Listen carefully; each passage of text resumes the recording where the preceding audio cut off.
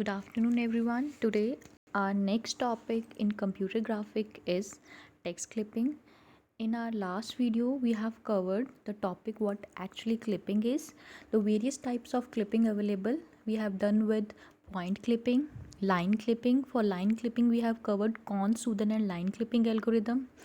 Then we have covered area clipping, which is also called polygon clipping, and for that we have used Sutherland Hodgman polygon clipping algorithm. Then now we are going to cover the last type, that is text clipping. So what actually text clipping is? Text जैसे हमने पहले point को clip करा, line को clip करा, polygon को clip करा, तो अब हमारे पास जो लास्ट ऑप्शन रहता है दैट इज़ कि अगर हमारे पास कोई रिटर्न टेक्स्ट आ जाता है. टेक्स्ट बेसिकली स्ट्रिंग हो सकती है. As we all know that string is the combination of characters. जब हम मल्टीपल करेक्टर्स को कंबाइन करते हैं तो हमारे पास स्ट्रिंग की फॉर्मेशन होती है. तो हम अगर टेक्स्ट को क्लिप करना चाहते हैं कंप्यूटर ग्राफिक्स में तो हमारे पास एक टाइप अवेलेबल है दैट इज़ टेक्स्ट क्लिपिंग. अब टेक्स्ट क्लिपिंग हम करते कैसे हैं? अब हम किस टेक्स्ट की किस तरह से क्लिपिंग करेंगे वो डिपेंड करता है कि हमने उस टेक्स्ट को जनरेट करने के लिए कौन सा मेथड अप्लाई किया था.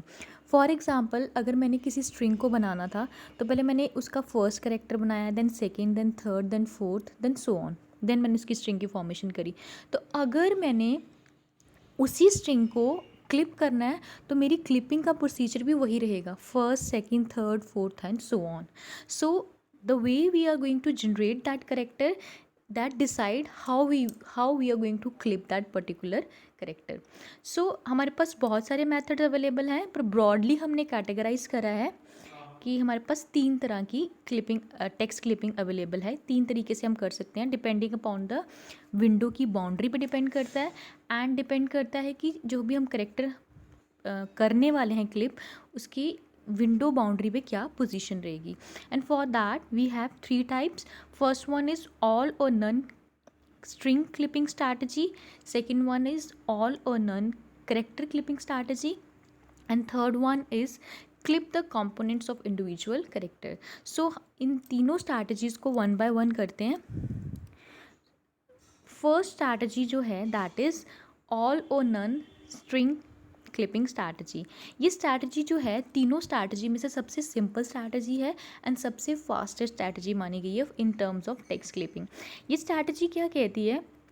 जो भी हमारी स्ट्रिंग है वो अगर तो पूरी की पूरी स्ट्रिंग हमारी क्लिपिंग विंडो के अंदर आती है तो हम उसको रखेंगे, अदरवाइज हम उसको डिस्कार्ड कर देंगे. That is why it is called all और नन स्ट्रिंग क्लिपिंग स्ट्रैटेजी. या तो पूरी की पूरी स्ट्रिंग आए या फिर अगर वो थोड़ी सी भी स्ट्रिंग आ रही है तो हम उसको नहीं रखेंगे. हमें या तो पूरी स्ट्रिंग चाहिए या तो बिल्कुल नहीं चाहिए.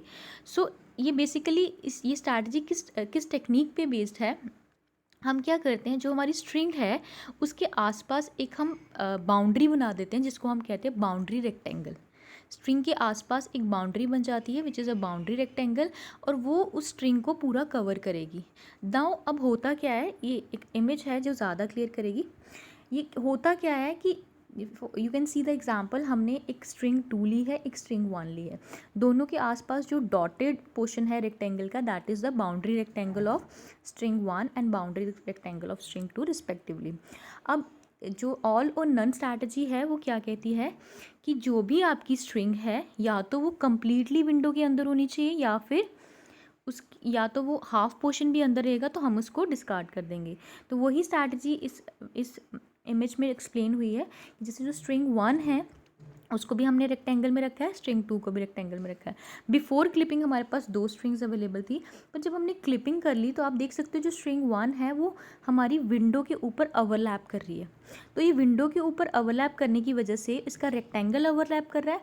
तो बाउंड्री जो फर्स्ट टेक्निक है वो क्या कहती है कि अगर आपका रेक्टेंगल विंडो के ऊपर ओवरलैप कर रहा है उस स्ट्रिंग का तो वो रेक्टेंगल हम डिस्कार्ड कर देंगे, और जो रेक्टेंगल पूरा का पूरा विंडो के अंदर है हम उसी को कंसीडर करेंगे. तो that's why string 1 is discarded and we got only string 2 after clipping. So next जो strategy है that is ऑल और नन करेक्टर क्लिपिंग स्ट्रैटेजी। जैसे हमने स्ट्रिंग की बात करी, तो ये जो क्लिपिंग है सेकंड स्ट्रैटेजी जो है दैट बेस्ड ऑन करेक्टर। पहले स्ट्रिंग की बात हो रही थी, स्ट्रिंग के आसपास रेक्टेंगुलर बाउंड्री होती है। अब ये क्या कह रहे हैं कि पूरी की पूरी स्ट्रिंग ना निगलेक्ट करके हम करेक्टर की क्लिपिंग करेंगे। तो हम क्या करेंगे, हम पूरे के पूरे करेक्टर अगर हमारा उस विंडो के ऊपर आ रहा है तो हम उस करेक्टर को कंसीडर करेंगे। अगर कोई भी करेक्टर विंडो के ऊपर ओवरलैप कर रहा है तो हम उसको कंसीडर नहीं करेंगे। जो डिफरेंट करेक्टर्स हैं उनकी बाउंड्री लिमिट्स होती है। अब जैसे हमने पूरे की पूरी स्ट्रिंग के ऊपर लगाया था रेक्टेंगल, इसमें हर एक रेक्टेंगल हर एक करेक्टर की बाउंड्री अलग होगी। अब हम पूरी स्ट्रिंग को कंसीडर नहीं करने वाले, हम इंडिविजुअल करेक्टर को कंसीडर करेंगे। You can see the example, मेरे पास एक स्ट्रिंग 1 है, सेकेंड जो इमेज है that is example of character clipping की in terms of text clipping. तो हमने क्या किया, एक स्ट्रिंग 1 ली है, स्ट्रिंग 2 ली है। As you can see that string 1 is overlapping, whole string is overlapping on the window, string 2 is also overlapping, string 3 is also overlapping, and string 4 is the individual string which is not overlap with the clipping window।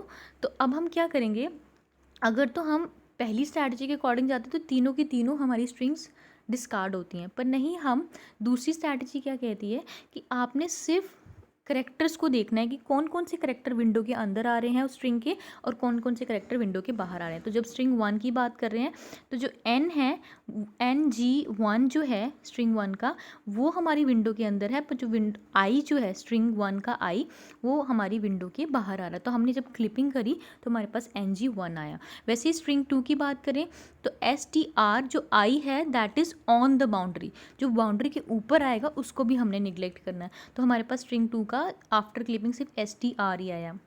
Similarly string 3 की बात करें तो जो string 3 में सिर्फ S है जो window के बाहर है, बाकी सारा पोर्शन अंदर है, तो हमारे पास आफ्टर क्लिपिंग आया TRING3।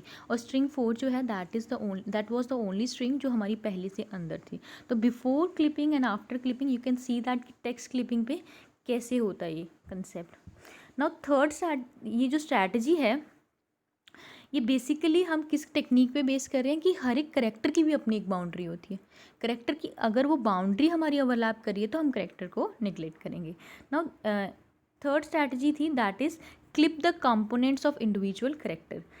थर्ड स्ट्रैटेजी क्या कहती है कि हमने फर्स्ट स्ट्रैटेजी में किया कि पूरी की पूरी स्ट्रिंग ही निगलेक्ट कर दो अगर वो ओवरलैप कर रही है। सेकंड स्ट्रैटेजी क्या कहती है कि पूरी की पूरी स्ट्रिंग को ना निगलेक्ट करके हम करेक्टर्स को देखते हैं। पर थर्ड स्ट्रैटेजी क्या कहती है कि clip the components of individual character, हमने कंपोनेंट्स को चेक करते हैं करेक्टर्स के। हो सकता है कि जो हम करेक्टर को निगलेक्ट कर रहे थे, जैसे आप देख सकते हैं लास्ट में STRI जो था that is half part is inside the clipping window, half part was outside the clipping window. तो हमने पूरी की पूरी आई को निगलेक्ट कर दिया, हमने ये नहीं देखा कि हाफ अंदर और हाफ बाहर। पर ये जो स्ट्रैटेजी ये क्या कहती है कि अगर आपका करेक्टर का भी फर्दर पार्ट, कुछ पार्ट अंदर है कुछ पार्ट बाहर है, तो आप जो क्लिपिंग विंडो के अंदर आ रहा है उसको रखोगे, करेक्टर का पार्ट भी हम क्लिप कर सकते हैं। तो हम हर एक करेक्टर को एज अ लाइन ट्रीट करेंगे इन दिस स्ट्रैटेजी। और if individual character overlap a clipping window boundary, clip off the part of the character that are outside the window।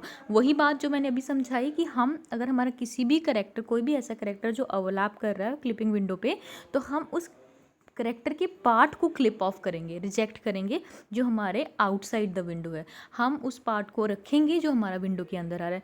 आप देख सकते हैं इसका एग्जांपल, जैसे स्ट्रिंग 1 है स्ट्रिंग 2 है, तो स्ट्रिंग 1 का जो S है वो हाफ अंदर था हाफ बाहर था, तो हमने हाफ करेक्टर रखा है, करेक्टर का पार्ट हमने रखा है इसका। वैसे ही STRING2 जो था उसमें ST जो था half was inside the clipping window and half was outside the clipping window, तो हमने ST का हाफ भी रखा है। So this is how text clipping is done in 3 ways, but out of all this method the simplest method is completely considered और nothing considered method. या तो हम पूरा का पूरा कंसीडर करें या कुछ भी कंसीडर नहीं करें, तो वो हमारा मेथड था फर्स्ट वन, ऑल और नन स्ट्रिंग क्लिपिंग स्ट्रैटेजी। तो ये जो स्ट्रैटेजी थी ये सबसे बेस्ट स्ट्रैटेजी है out of all these 3। So I hope so you all understand what actually text clipping is, and with this topic we have covered the actual main topic of clipping. Thank you so much for watching. If in case you have any problem you can contact me, message me. Thank you so much.